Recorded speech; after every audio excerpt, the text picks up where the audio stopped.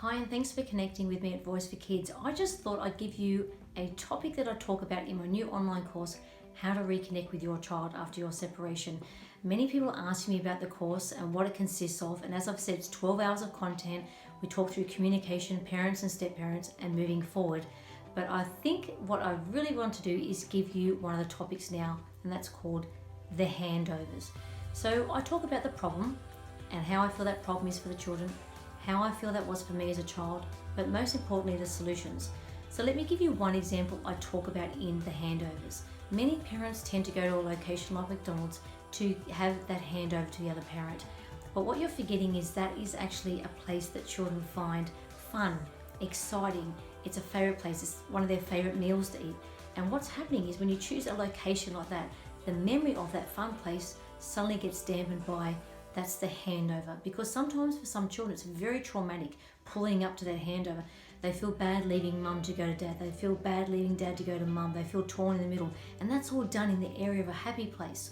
So I think it's really wise that you choose the location that's going to be not so emotional for them. So let's talk about how that was for me. So for me, basically my parents would usually pull up, my mum would pick me up at the front of my dad's house, and I found that was difficult walking out the house and leaving my dad behind. He'd stay quiet, he wouldn't come out to greet my mum at all. He'd hide in the house or out the backyard, and my mum would wait in the car, and it was always a moment that I didn't like. It was always that handover moment I didn't like. So the solution I have for you is choose a park. Choose a park that isn't, say, a park you always go to. It's a park that's close by, but it's a park that, say, you wouldn't necessarily take your children to play at. But they know that when they're at that park, this is that handover place. And it's not a park that you tend to drive past often. So they don't have to drive past that park and think, oh, there's the location that we get dropped off at. So just try and choose wisely where you actually do the handover. And it's really important that you also remember that when you're heading towards the handover, to not over talk about it. Don't get anxious about it, because your children will get anxious as well. Stay calm. Tell your kids that you really hope that they have a great time with their dad or their mum, and that you can't wait to hear the fun things they tend to do.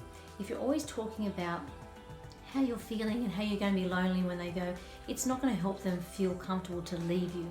It's really important that you actually show your children that you're going to be okay, that you want them to have a good time, and when you see them, you'll listen to everything that happened. But don't poke them for information. Let them just tell you how they naturally felt in their own time. But I really hope that this one little topic in all the topics that I've got has given you an insight into how I go deeply into the child and talk on just little simple topics like the handover. You might not have thought that it could be a problem for the child, but I can tell you a lot of children internalize that feeling of, oh, I'm about to go to my other parent's house, and how is my other parent going to feel when I go, and are they going to be okay? They do internalize that. So that's a small glimpse into my new online course, but go to voiceforkids.com. You'll see the whole course there, or you can buy them as simple modules. There's 3 modules you can go through, and you can actually see if you want to progress through the different modules. But thank you for listening, and I really hope that it's given you a little bit of insight.